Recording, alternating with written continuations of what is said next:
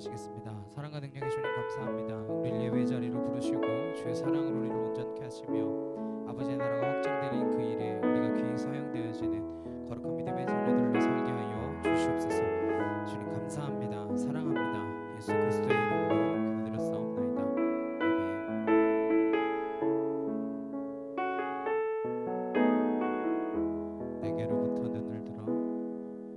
아멘. 내게로부터 눈을 들어 주를 보기 시작할 때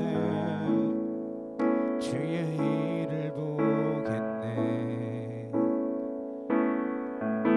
내 작은 마음 돌이켜서 하늘의 꿈 크게 하네.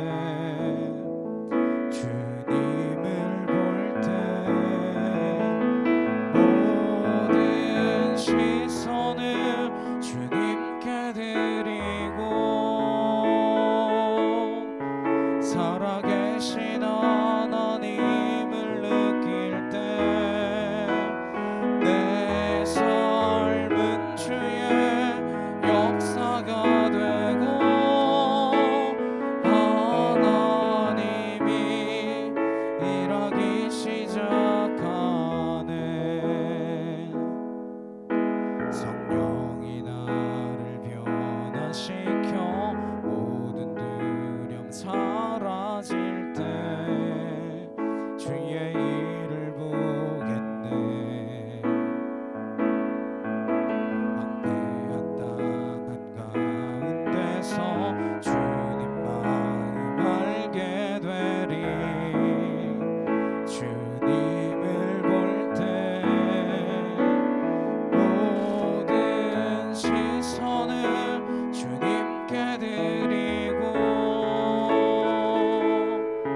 살아계신 하나님을 느낄 때 내 삶은 주의 역사가 되고 하나님이 일하기 시작하네. 내게로부터 눈을 들어 주를 보기 시작할 때 주의 일을 보겠네. 내 작은 마음 돌이켜서 하늘의 꿈 크게 하네. 주님을 볼 때 모든 시선을 주님께 드리고 살아계신 하나님을 느낄 때 내 삶은 주의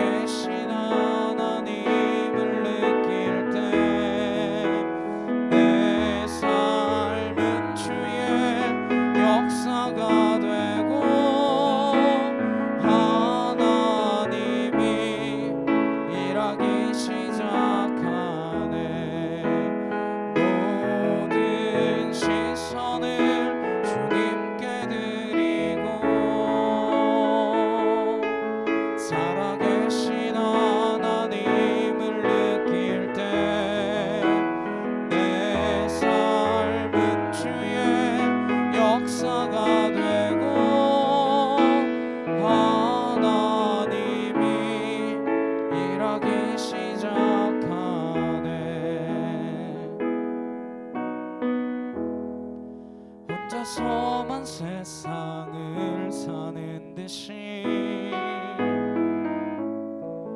주가 멀어 보이기만 할 때 우리는 바라보아야 하네. 우리에게 오셨던 그 주님이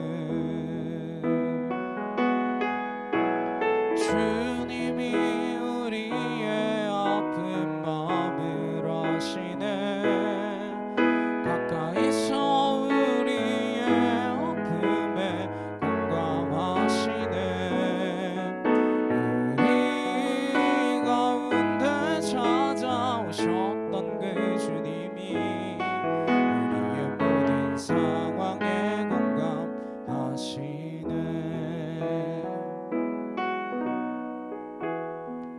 혼자서만 세상을 사는 듯이 주가 멀어 보이기만 할 때 우리는 바라보아야 하네. 우리에게 오셨던 그 주님이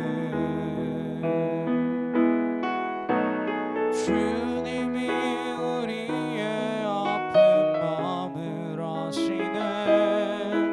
가까이서 우리의 아픔에 공감하시네.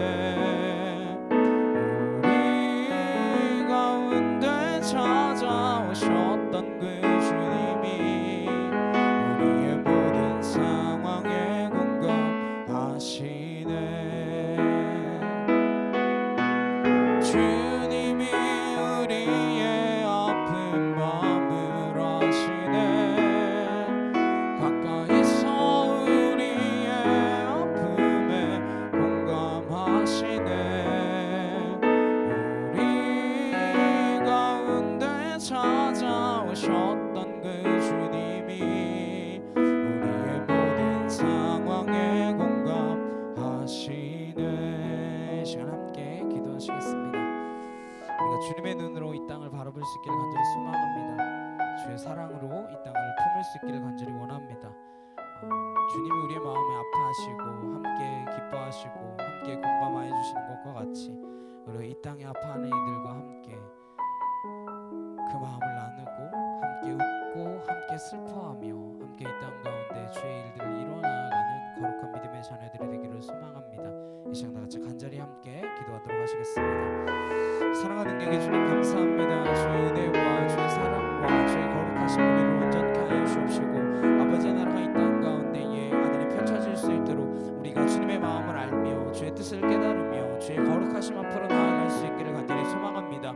주의 은혜 가운데 우리가 있게 하여 주옵시고 주의 진리 가운데 우리가 서게 하셔서 무너지지 않으며 쓰러지지 않으며 주의 진리의 말씀 가운데로 온전히 설 수 있도록 아버지 함께하여 주시옵소서. 주의 사랑을 믿습니다. 아버지의 거룩하심을 믿습니다. 아와이케티여르드레칸나 카이여르드레이여르바사 알라스야리케나리케티여르드레칸나 카이여르드레이여르바하 아나이케토르드레칸나 야이케토르드레케티세케카 아나이케토르드레칸나 이케티여르드레이여르바스로르드레칸나 알라리케티시아카 카와이여르드레이여르바사 알라스야리케나 아나이케티여르드레칸나 카이여르드레이여르바사 알라스로르드레칸나 야이케티여르드레칸나 카이여르드레이여르바하 주야리케나리케티여르드레케티세케 카와이여르드레이여르바사 알라스야리케나 아나이케토르드레칸나 알라리케티시아카 카와이여르드레이여르바사 알라스야리케나 아나이케티여르드레칸나 카이여르드레이여르바사 알라스야리케나 아나이케토르드레칸나 아나이케토르드레칸나 아나이케티여르드레칸나 알라리케티시아카 카와카티여르드레칸나 아나스야리케나 아나이케티여르드레이여르바하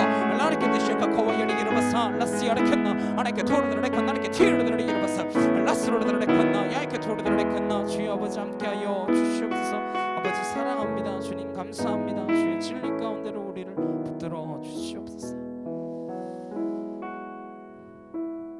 함께 조용한 기도로 주 앞에 나아가시겠습니다.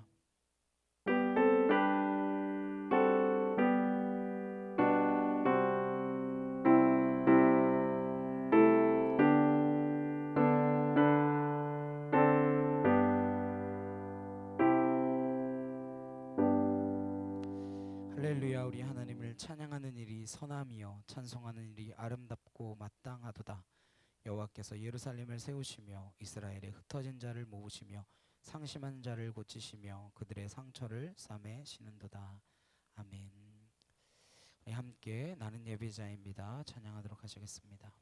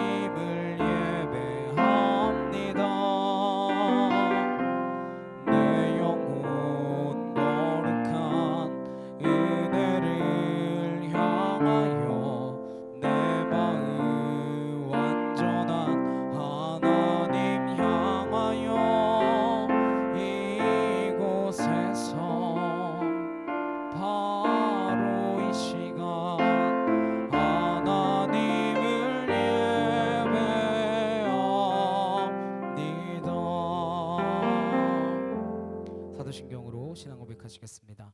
전능하사 천지를 만드신 하나님 아버지를 내가 믿사오며 그 외아들 우리 주 예수 그리스도를 믿사오니 이는 성령으로 잉태하사 동정녀 마리아에게 나시고 본디오 빌라도에게 고난을 받으사 십자가에 못 박혀 죽으시고 장사한 지 사흘 만에 죽은 자 가운데서 다시 살아나시며 하늘에 오르사 전능하신 하나님 우편에 앉아 계시다가 저리로서 산자와 죽은 자를 심판하러 오시리라. 성령을 믿사오며 거룩한 공예와 성도가 서로 교통하는 것과 죄를 사하여 주시는 것과 몸이 다시 사는 것과 영원히 사는 것을 믿사옵나이다. 아멘. 교동 105번 함께 교독하시겠습니다. 여호와께 감사하라. 그는 선하시며 여호와께 감사하고 그의 이름을 불러아뢰며 그들이 광야 사막길에서 방황하며 거주할 성읍을 찾지 못하고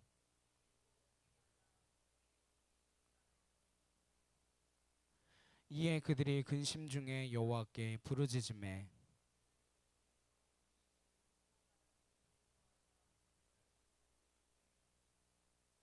여호와의 인자하심과 인생에게 행하신 기적으로 말미암아 그를 찬송할지로다.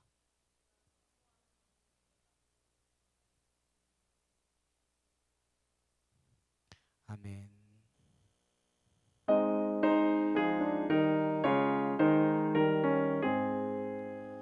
만복의 근원 하나님 온 백성 찬송 드리고 저 천사여 찬송하세 찬송 성부 성자 성령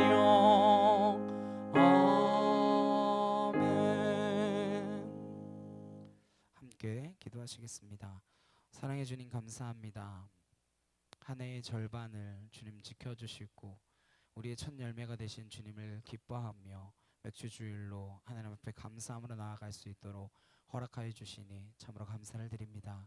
하나님 우리가 주님께 받은 은혜가 무엇인지 주님 우리에게 베푸신 은혜가 어떠한 것인지 잊지 않게 하시고 날마다 기억하며 여호와의 절기를 지켜 행하며 하나님 그것이 나에게 어떠한 의미인지를 하나님 다시 한번 되새길 수 있는 거룩한 주일이 되어질 수 있도록 주님 함께하여 주시옵소서. 한 주간 우리의 삶이 주님과 벗어나 있었다면 다시 주님께로 돌아오는 시간들이 되게 하여 주옵시고 주님 품 안에서 떠나지 아니하는 주의 자녀로 살게 하여 주시옵소서. 참빛교회를 이 땅 가운데 세워주셨사오니 주의 은혜의 빛이 이 땅 가운데 비치게 하시고 이 제단을 통하여 주님 기도하는 자들이 더하여지게 하시고 주의 말씀을 사모하는 자들이 더하여지게 하시며 무엇보다 구원받는 자 예수가 더하여지는 거룩한 은혜의 제단이 되도록 아버지 함께하여 주시옵소서. 그리하기 위하여 참 하나님의 나라, 참된 주의 교회, 몸된 주의 공동체가 되어야 되겠습니다. 하나님, 저희 참빛교회가 한 몸이 되어 주의 나라를 위하여 힘쓰고 애쓰며 하나님, 우리의 수고가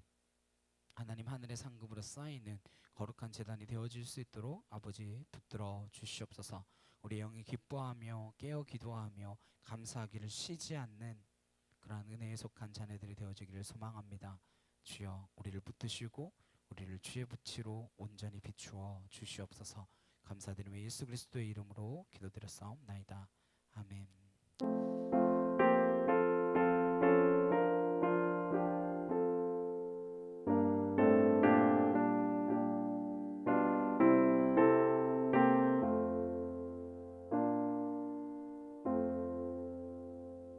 오늘 함께 보실 말씀은 고린도전서 15장 42절에서 44절 말씀입니다. 고린도전서 15장 42절에서 44절 말씀 함께 한 목소리로 합독하도록 하시겠습니다. 죽은 자의 부활도 그와 같으니 썩을 것으로 심고 썩지 아니할 것으로 다시 살아나며 욕된 것으로 심고 영광스러운 것으로 다시 살아나며 약한 것으로 심고 강한 것으로 다시 살아나며 육의 몸으로 심고 신령한 몸으로 다시 살아나나니 육의 몸이 있은즉 또 영의 몸도 있느니라. 아멘. 몸의 부활을 믿습니다. 몸의 부활을 믿습니다 라는 제목으로 함께 말씀을 나누도록 하겠습니다. 자동으로 막 넘어가는 기능이 생겼나 봐요. PPT가. 몸의 부활을 믿습니다. 사도신경도 이제 거의 끝이 나고 있습니다. 그런데 모든 일은 막바지에 항상 어려운 장애를 만나게 됩니다. 거의 다 왔다 싶을 때가 가장 어려울 때입니다. 그것이 바로 오늘이에요. 왜냐하면 사도신경에 12개의 나는 믿습니다 라는 고백을 다루고 있는데 그 중에 11번째가 나는 몸의 부활을 믿습니다 라는 이 부분인데 이게 만만치가 않습니다. 이게 지금까지 만난 어려움 중에서 가장 큰 어려움이 될 수도 있겠다라고 하는 생각이 듭니다. 무엇보다 이게 무슨 뜻인지 가늠하기가 너무 어렵습니다. 컴퓨터를 껐다 켜세요.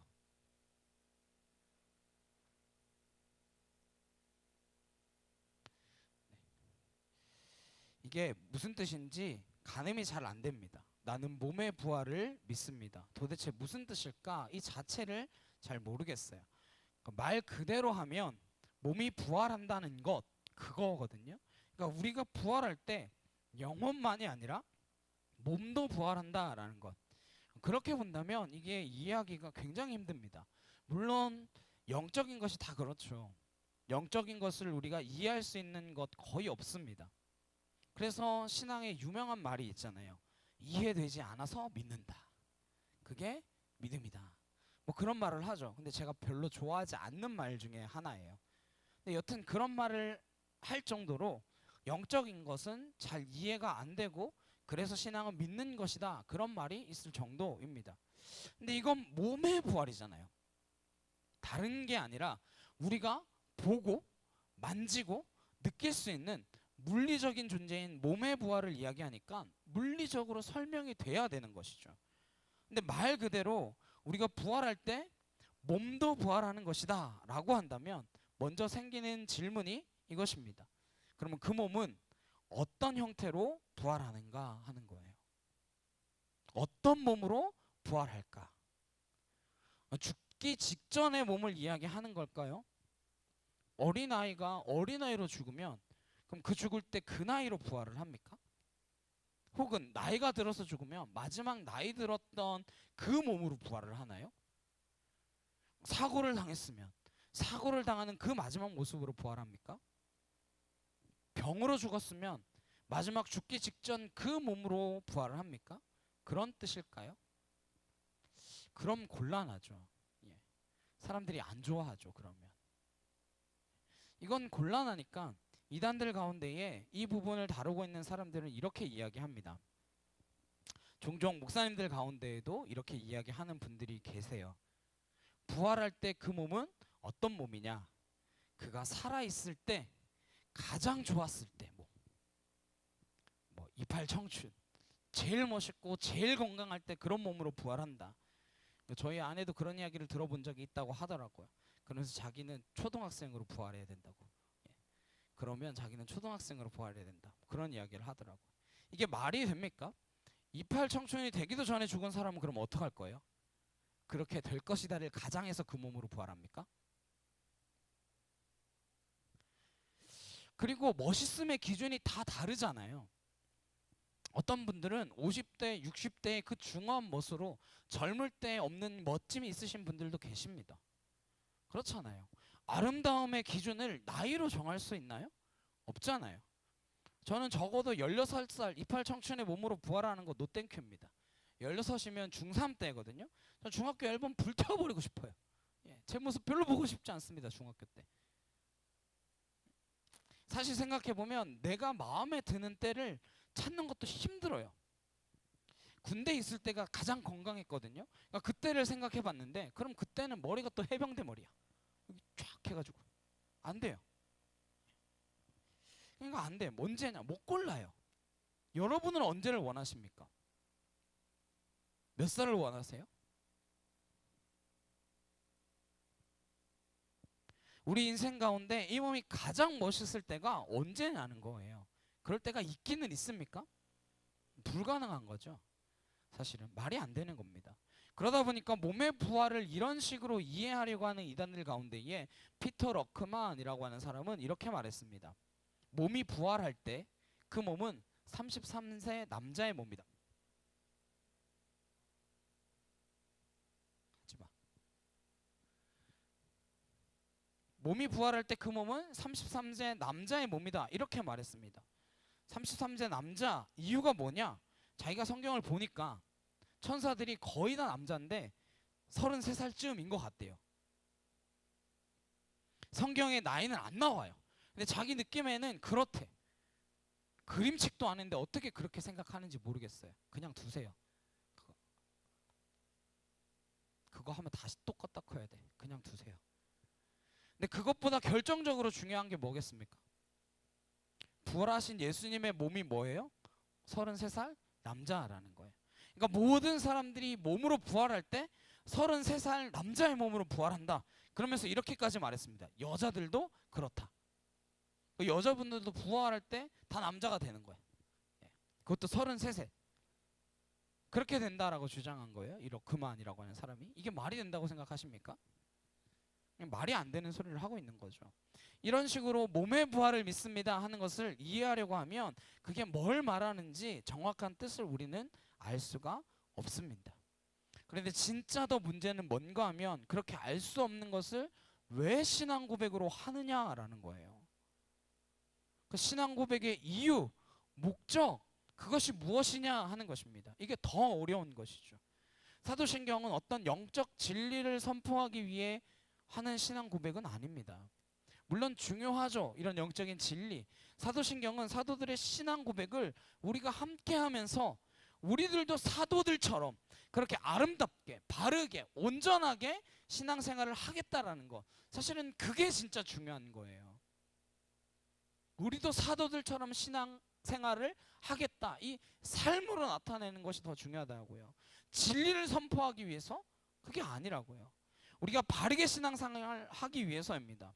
아름답게 신앙생활을 하기 위해서 그게 진짜 중요한 목적입니다. 그게 궁극적인 목적이에요. 그렇다면 이 몸의 부활을 말씀드린 것처럼 나중에 부활의 때에 나는 몸이 부활하는 것을 믿습니다 라고 한다면 그 고백을 하는 이유가 대체 뭐냐라는 거예요.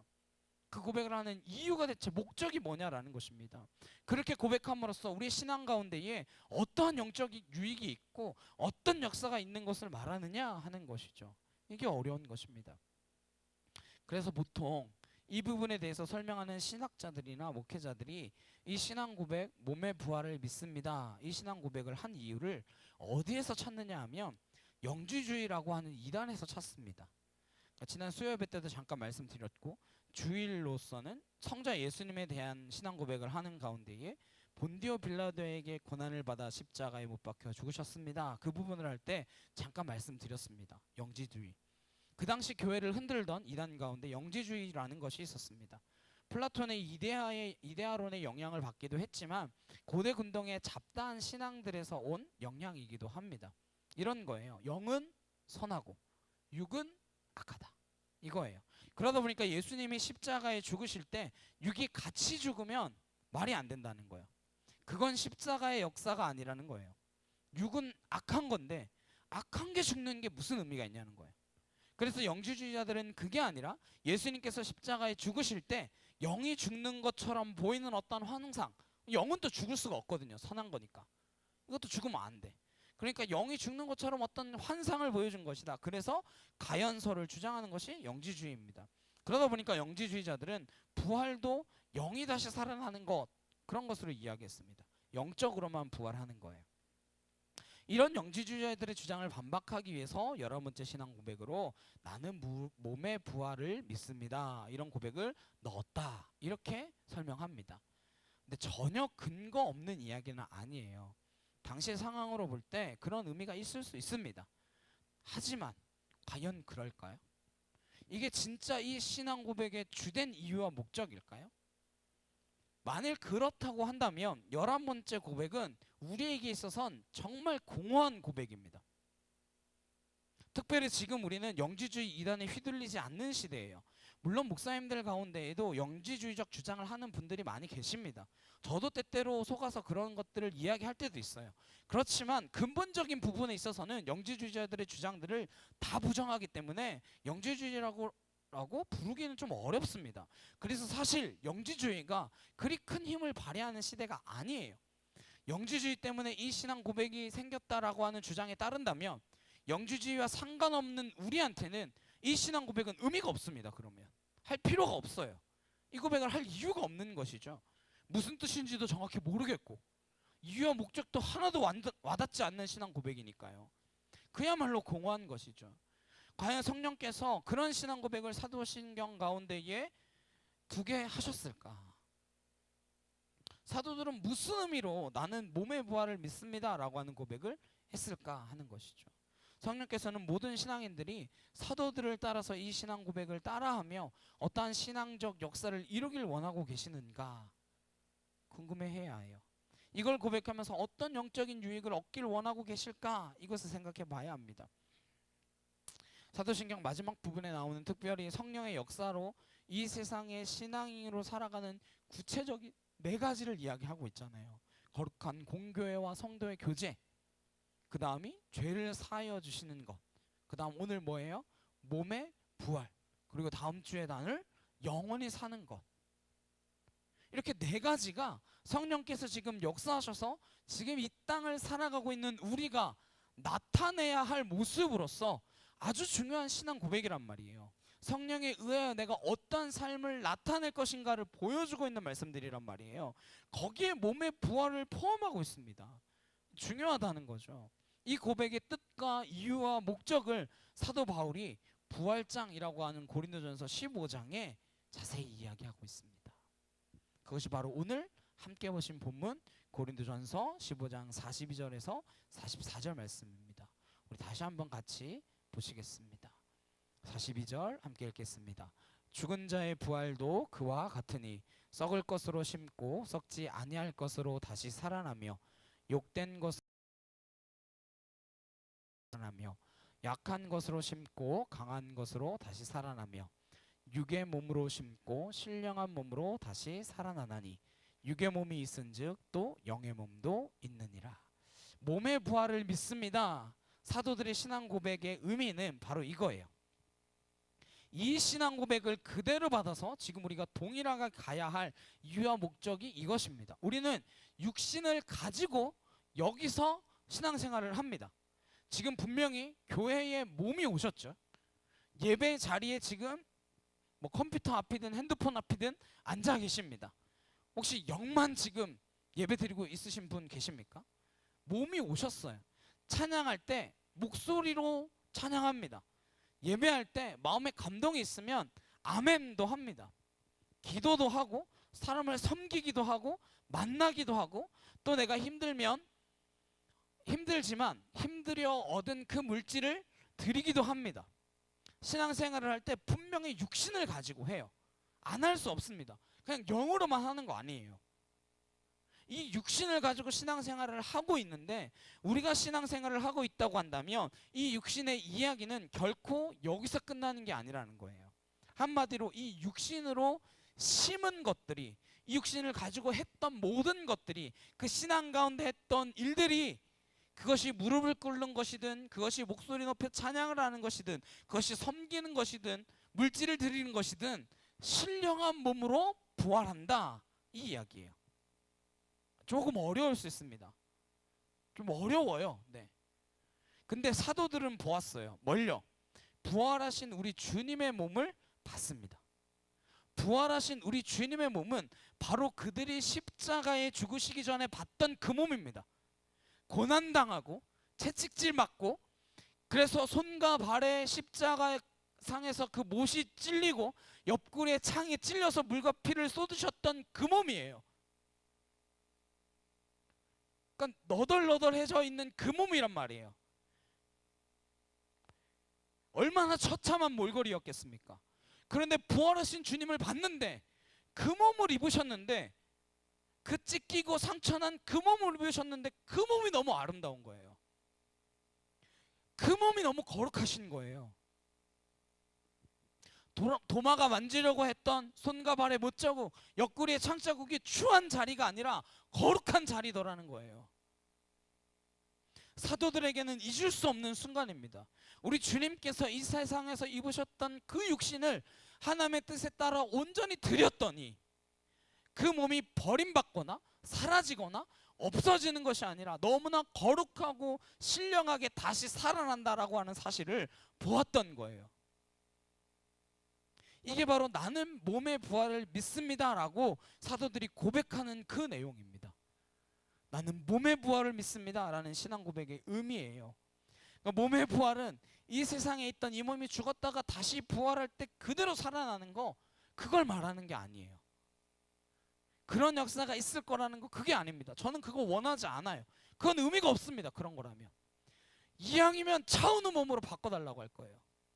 왜 이 몸뚱아리로 다시 태어납니까? 다시 부활합니까? 그게 무슨 의미가 있어요? 그게 아니고 뭘 말하는 것이냐, 이 세상의 몸으로 심은 그것이 그대로 사라지거나 없어지는 것이 아닌, 정말 그것이 영적으로 믿음으로 심은 것이다 라고 한다면 그게 아름다운 영적 열매로 맺혀질 것이다 라고 하는 그 말을 하는 거예요. 그게 신앙이라고, 그게 신앙생활이라고, 그것이 신앙인의 삶이라고 말하는 것입니다. 저와 여러분이 하고 있는 모든 육체에 속한 행동들이 그냥 육체의 이야기가 아니라, 여러분이 목소리 내어 불렀던 노래가 땅의 노래로 끝나나요? 여기서 부르짖는 기도가 그냥 아우성으로 끝납니까?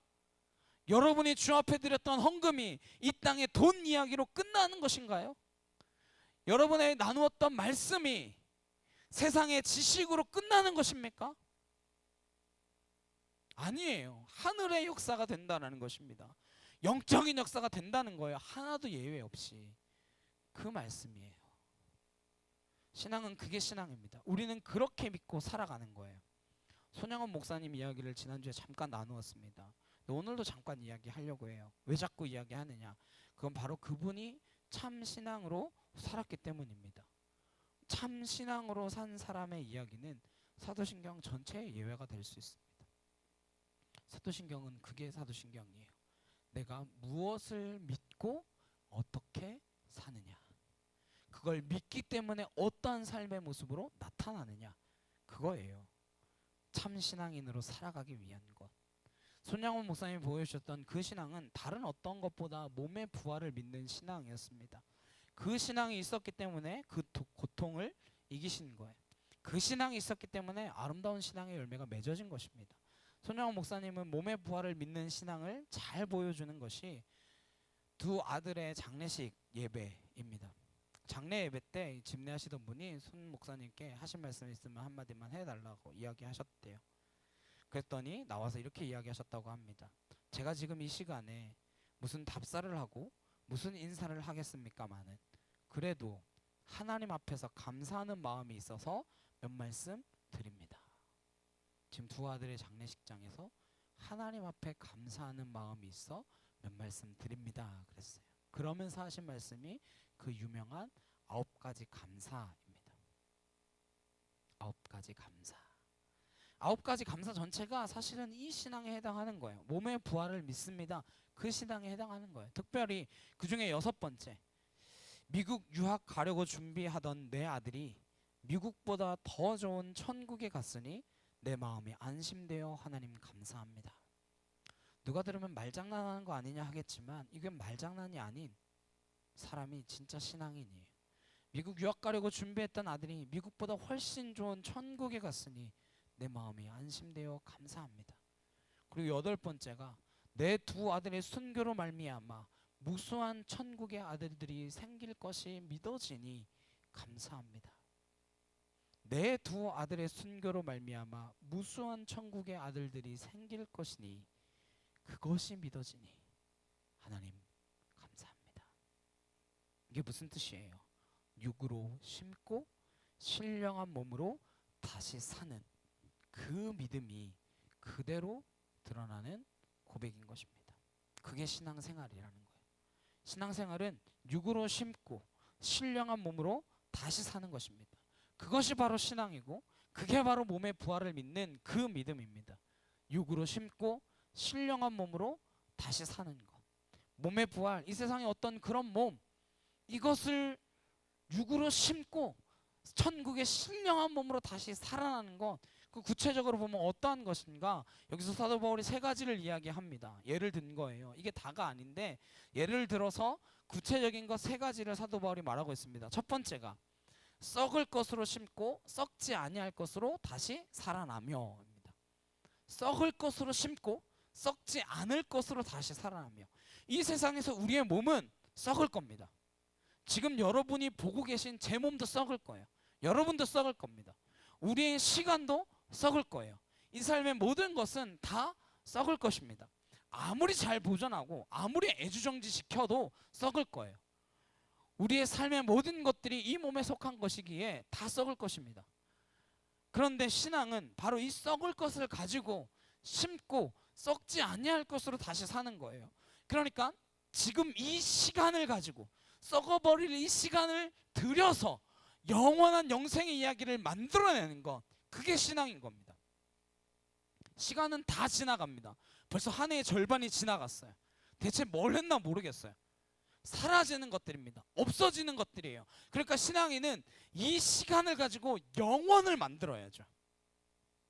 이 시간을 가지고 영생의 축복을 누릴 것들을 심어야죠.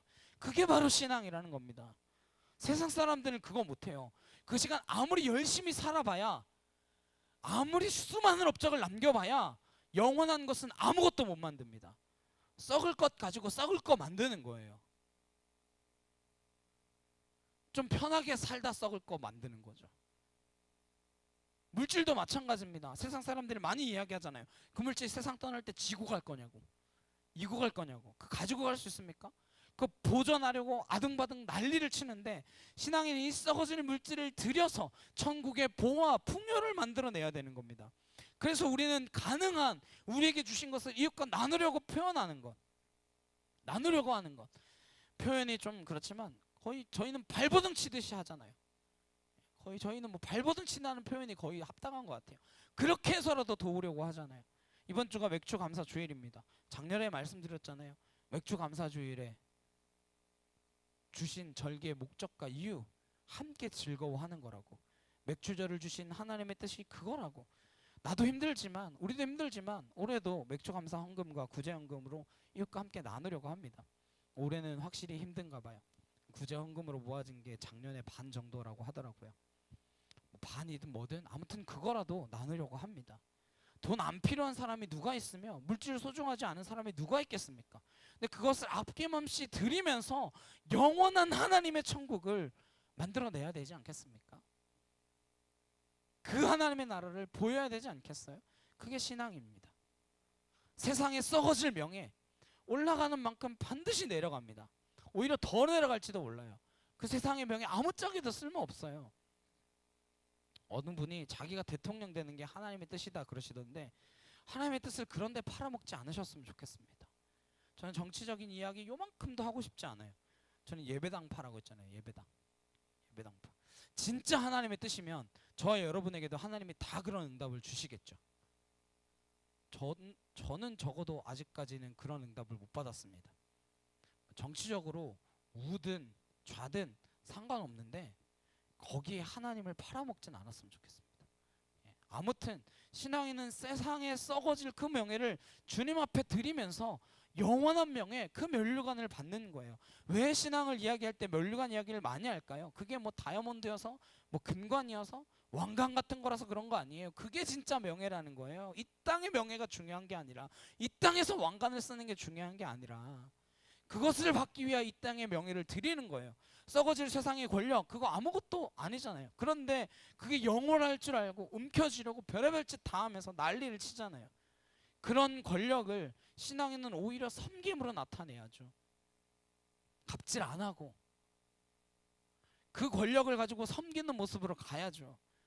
그렇게 우리 하나님의 기쁨이 되는, 잘했다, 내 사랑하는 자녀야, 그렇게 칭찬 들을 수 있는 게 바로 신앙인이잖아요. 내가 높아져서 하나님의 영광을 드러내겠습니다. 내가 아무리 높아진다고 하나님의 영광 안 드러난다고요. 오히려 내가 낮아져야 하나님의 영광이 드러나는 겁니다. 높아져야 하나님의 영광이 드러나는 것 같았으면 예수님 오셔서 그렇게 안 돌아가셨어요. 이 세상의 왕으로 군림하셨죠.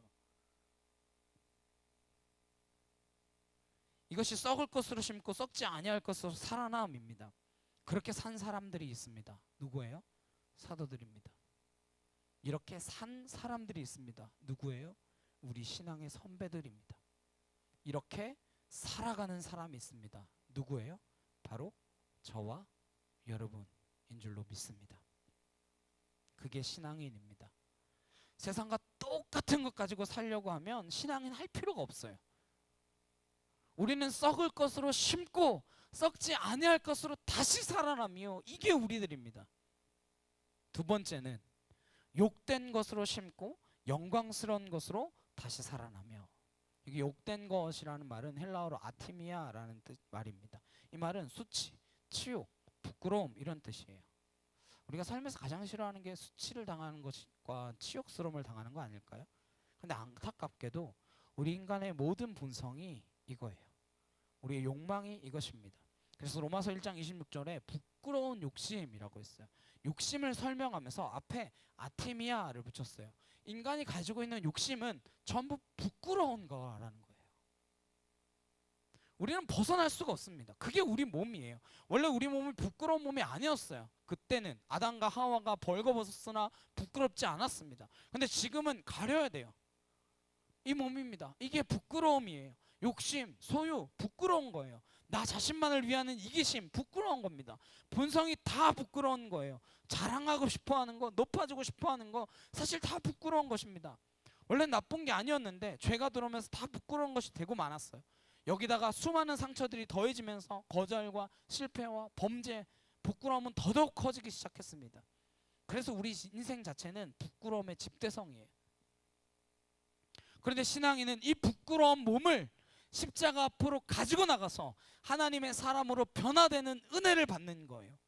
그게 신앙인입니다. 그런 찬양 있죠. 내 모습 이대로 주 받으옵소서. 부끄러움을 그대로 가지고 주 앞에 나아가는 것입니다. 그 부끄러움 때문에 오히려 은혜를 받습니다. 우리는 인정받고 싶은 마음이 있어요. 그런데 그건 부끄러운 것입니다. 우리는 이제 사람에게 인정받는 것을 원하지 않아야 합니다. 주님께 인정받고 싶습니다. 이 마음이 있어야 돼요. 사람은 누구나 누가 알아주는 것을 좋아합니다. 그래서 알아달라고 막 난리를 쳐요. 나 이 정도 사람이야, 나 이만큼 사람이야, 나 이런 사람이야, 알아달라고 막 난립니다. 그런데 신앙인은 사람은 몰라줘도 괜찮습니다. 주님만 알아주시면 됩니다. 세상에선 가난해도 천국에서 부자면 되는 거 아닙니까? 세상에서 아무도 우리를 안 알아줄 수 있습니다. 그렇지만 천국에서 하나님이 나를 알아주시면 돼요. 그것뿐입니다. 근데 우린 여전히 이 마음에 이 세상에서도 나를 알아주길 바라고 있죠. 아니요, 그걸 들여서 하나님이 알아주시는 그 영원한 것으로 바꿔야 돼요. 신앙은 그게 신앙이고 열정은 그게 열정입니다. 바울이 그 열정 가지고 정말 열심히 다녔잖아요. 그게 그의 본성이었습니다. 인정받고 싶고 성공하고 싶고. 그런데 그게 그의 부끄러움이 안 될 수 있었던 것은 그것을 주님께 드렸기 때문입니다. 그 전에는 자기가 뛰어난 사람이었어요.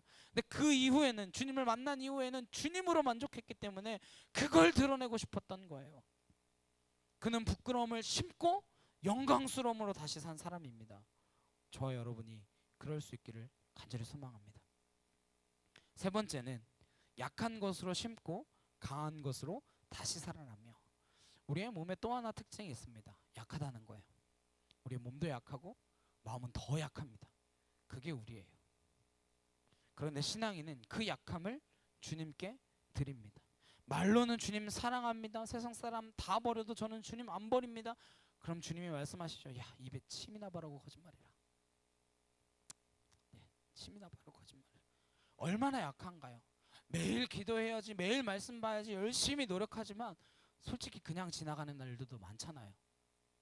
저도 그냥 지나가는 날들 많이 있어요.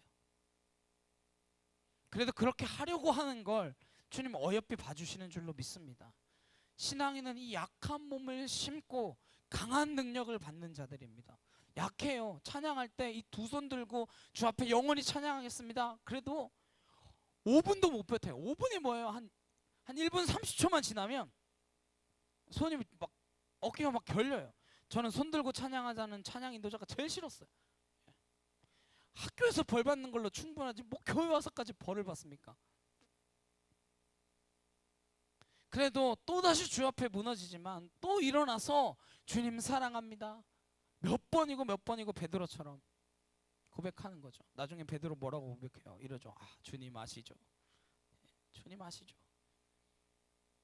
근데 진짜 주님이 아세요. 우리의 마음을. 신앙인은 약한 것으로 심고 강한 것으로 살아나는 사람입니다. 이 연약한 몸과 마음을 가지고 무너지기도 하고 쓰러지기도 하면서 이 세상을 이겨나가는 사람들이 신앙인입니다. 어떻게 이겨나가요? 주님의 능력 받아서. 두나미스. 주님의 능력으로 이겨나가는 거예요. 세상이 감당 못할 신앙인이 되는 것입니다. 로마 제국이 감당 못했던 순교자들은 그렇게 나왔습니다. 원래 강한 사람들 아니었어요. 약한 사람들이었는데 그 약함을 가지고 주 앞에 나아가니까, 그 약함을 심으니까 성령께서 능력으로 변화시켜 주셔서 세상을 이기는 순교자들이 되게 하셨습니다. 이것이 바로 몸의 부활을 믿는 부활의 신앙입니다. 뭐 어린아이로 부활해낼까, 뭐 가장 아름다운 모습으로 부활할까, 죽을 때 모습으로 부활할까, 그게 중요한 게 아니에요. 나는 몸의 부활을 믿습니다. 이것은 이 세상에서 우리의 신앙생활을 어떻게 살아가는 것에 대한 대부분을 차지한다고 저는 생각합니다. 정말 참 신앙의 사람이 이 세상을 신앙으로 아름답게 살아가는 비밀이 바로 여기 있습니다. 왜? 그러면 내가 이 땅에서 욕심 부리지 않을 수 있잖아요. 그러면 내가 이 땅에서 높아지려고 아등바등 거리지 않을 수 있잖아요. 그러면 내가 이 땅에서 떵떵거리며 살려고 하는 것이 목적이 되지 않을 수 있잖아요. 어떻게? 그리스도인답게 저 신령한 몸으로 부활할 것을 믿으며 이 땅의 것을 심을 수 있는 자들이 될 수 있는 거죠. 우리는 육신으로 심고 신령한 몸으로 다시 사는 사람입니다. 우리는 제한된 시간을 심어서 영원을 사는 사람입니다. 우리는 부족한 물질을 심어서 천국의 풍요를 누리며 살아가는 사람입니다. 우리는 우리의 연약함을 심어서 그 강한 성령의 능력으로 살아가는 사람인 줄로 믿습니다. 그렇게 고백한 대로 살아갈 수 있는 참신앙의 사람이 될 수 있기를 간절히 주님의 이름으로 축복합니다. 찬양 한 곡 하시고 함께 기도하시겠습니다.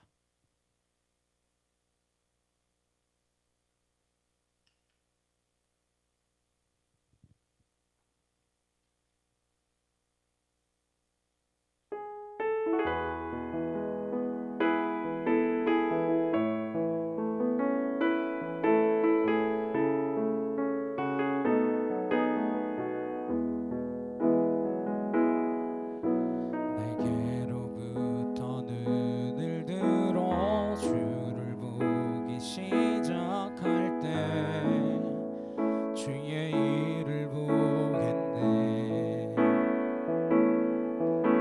내 작은 마음 돌이키사 하늘의 꿈꾸게 하네.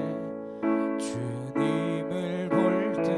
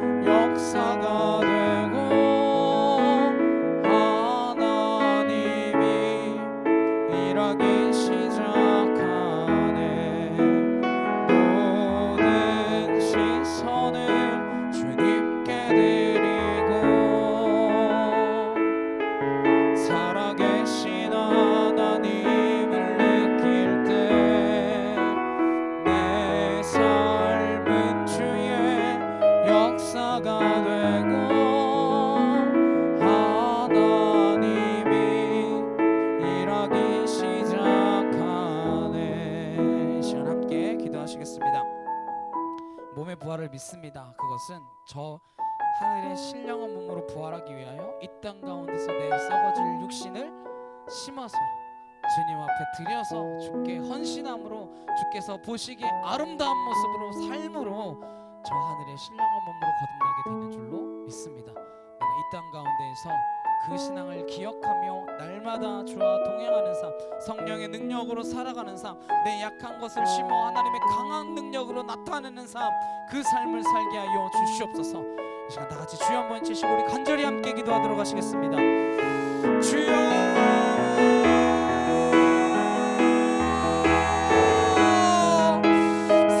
하나님 아버지 감사합니다. 주의 은혜와 주의 사랑과 주의 거룩하심으로 온전케 하시며 아버지 나라가 이 땅 가운데에 펼쳐질 수 있기를 간절히 소망하며 주님 축복의 은혜를 우리에게 허락하여 주실 줄 믿습니다.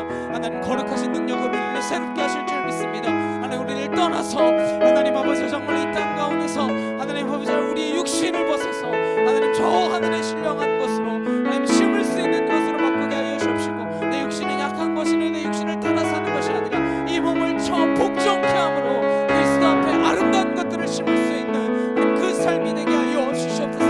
나의 시간을 드리고 나의 물질을 드리고 하나님 내 약함을 드리고 이 몸을 들여서 주의 아름다운 신령한 몸으로 변화되어지기를 간절히 소망합니다.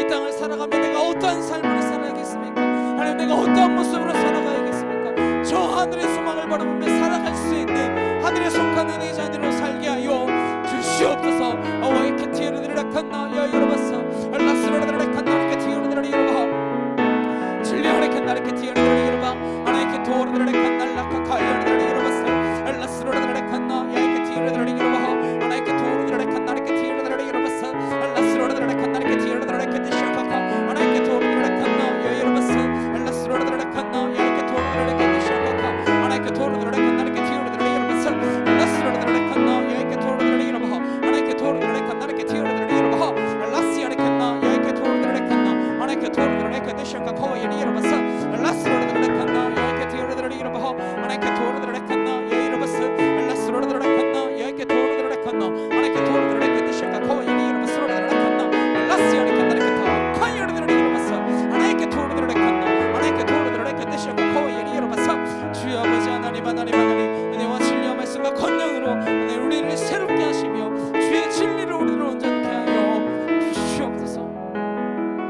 살아가는 능력의 주님 감사합니다. 우리가 이 땅을 살아가면서 저 하늘의 아름다운 것들을 바라보며 살게 하여 주시고 그 몸의 부활을 믿으며 살아가는 것이 하나님 어떠한 삶인지 다시 한번 되돌아보게 하시고 우리가 이 땅에 썩어질 것을 심어 썩지 아니할 것을 거두는 주님의 거룩한 자녀들 되게 하여 주시옵소서. 이 땅에 시간을 들여서 물질을 들여서 내 명예를 들여서 내 약한 것을 들여서 온전히 주님 앞에 다 내어드림으로 썩어질 것을 위하여 살아가는 자들이 아니라 썩지 아니할 저 하늘을 위하여 살아가는 자가 되어질 수 있도록 아버지 힘과 능력으로 우리를 온전케 하여 주시옵소서. 성령의 능력으로 우리가 그렇게 살 수 있음을 믿습니다. 그렇게 살겠습니다. 주여 도와 주시옵소서. 감사드리며 예수 그리스도의 이름으로 기도드렸사옵나이다. 아멘. 찬송가 214장 함께 찬양하시면서 준비하신 예물을 봉헌하도록 하시겠습니다.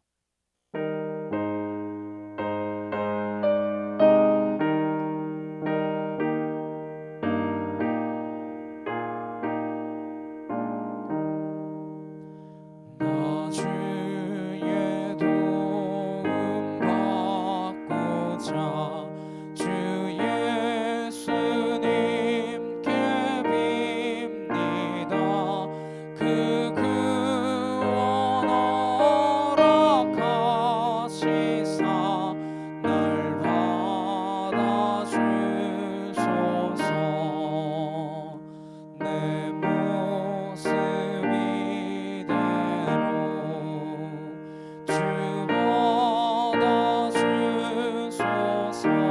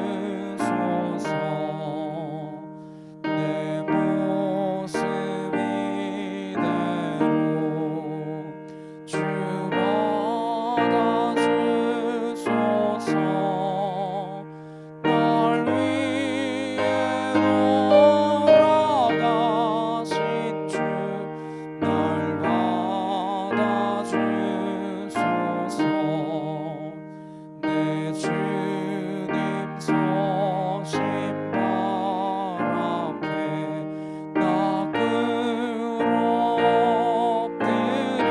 엎드렸으니 그 크신 역사 이루게 날 받아주소서. 내 모습 이대로 주 받아주소서. 날 위해 돌아가신 주 날 받아주소서.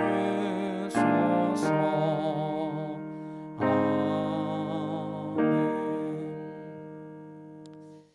옆에 있는 분들과 함께 인사 나누셨으면 좋겠습니다. 감사합니다. 네, 감사합니다. 우리와 함께 하는 예배, 또 함께 하는 순간들 모두 다 감사합니다. 맥주감사 주일입니다.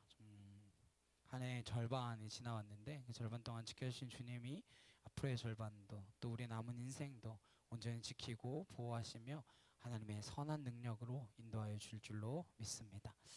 우리 한 사람 함께 찬양하시고 축도로 예배 마치도록 하시겠습니다.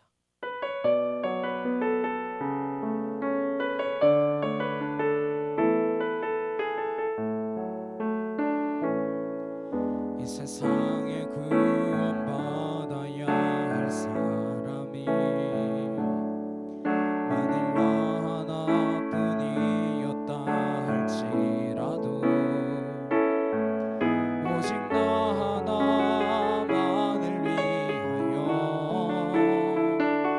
십자가 지시고 걸어가셨을 오직 한 사람, 주를 위해 세운 위대한 계획보다 그 흥이 흘렀던 화려한 방법보다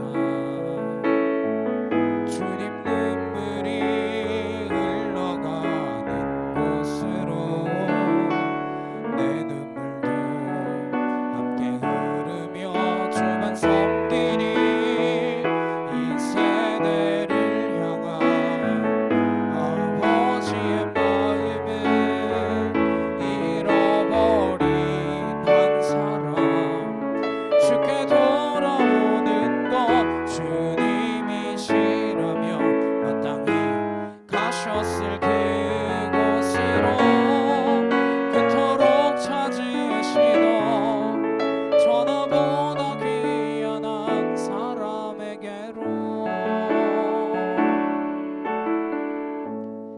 이제는 우리 주 예수 그리스도의 은혜와 하나님 아버지의 크고 놀라우신 사랑과 내 주 성령님의 감화 감동 교통케 하심이 아버지가 우리에게 주신 것들에 감사하며 그 은혜로 살기를 간절히 소망하며 이제는 이 땅에 있는 것들에 매여서 사는 것이 아니라 저 하늘의 신령한 몸으로 부활할 것을 꿈꾸며 이 땅에 그 모든 것들을 심을 수 있는 주의 거룩한 성도들 머리 위에 각 가정과 일터와 학교 위에 이제부터 영원히 함께 하시기를 간절히 축원하옵나이다.